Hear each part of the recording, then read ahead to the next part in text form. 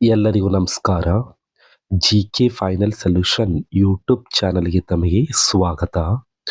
ಇಂದು ನಾವು ಖಜಾನೆ to ತಂತ್ರಾಂಶದಲ್ಲಿ expenditure reconciliation ಯಾವ ರೀತಿಯಾಗಿ ಮಾಡಬೇಕು ಎಂಬುದರ ಬಗ್ಗೆ ನೋಡೋಣ. ಎಕ್ಸ್ಪೆಂಡಿಚರ್ ರೀಕನ್ಸಲೇಷನ್ ಪ್ರತಿ ಮಾಹೆಯ ಪ್ರಾರಂಭದಲ್ಲಿ ಮಾಡುವಂಥ ಒಂದು ನಿರಂತರ ಪ್ರಕ್ರಿಯೆಯಾಗಿದ್ದು, ಎಕ್ಸ್ಪೆಂಡಿಚರ್ ರೀಕನ್ಸಲೇಷನ್ ಮಾಡುವಂಥ ಸಂದರ್ಭದಲ್ಲಿ ಖಜಾನೆ ಟು ಲಾಗಿನ್ ಮಾಡಿ ಡಿ.ಡಿ.ಒ ರೋಲ್ಗೆ ಬರಬೇಕು.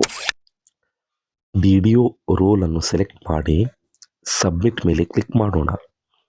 ನಂತರ ಪಾತ್ ಬಂದ್ಬಿಟ್ಟು account ಕಂಪಿಲೇಷನ್ and ರೀಕನ್ಸಲೇಷನ್ನಲ್ಲಿ ಟ್ರಾನ್ಸಾಕ್ಷನ್ನಲ್ಲಿ expenditure reconciliation,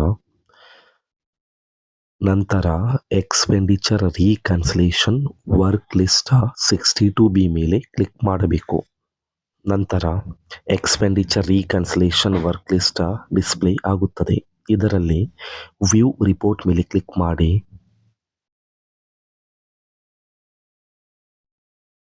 62B ರಿಪೋರ್ಟನ್ನು download ಮಾಡಬಹುದು. ಅದೇ ರೀತಿಯಾಗಿ ಮಂತ್ ಆ್ಯಂಡ್ ಇಯರ್ ಮೇಲೆ ಕ್ಲಿಕ್ ಮಾಡಿ ನಂತರ ಎಕ್ಸ್ಪೆಂಡಿಚರ್ ಆದಂಥ ಡೀಟೇಲ್ಸನ್ನು ನೋಡಬಹುದು. ನಂತರ ಈ ಒಂದು ಸ್ಕ್ರೀನ್ನಲ್ಲಿ ಅಪ್ರೂವ್ ಮೇಲೆ ಕ್ಲಿಕ್ ಮಾಡಿ ನಂತರ do you want to accept yes expenditure reconciliation accepted successfully and forward to HA ಎಂದು ಬರುವುದು.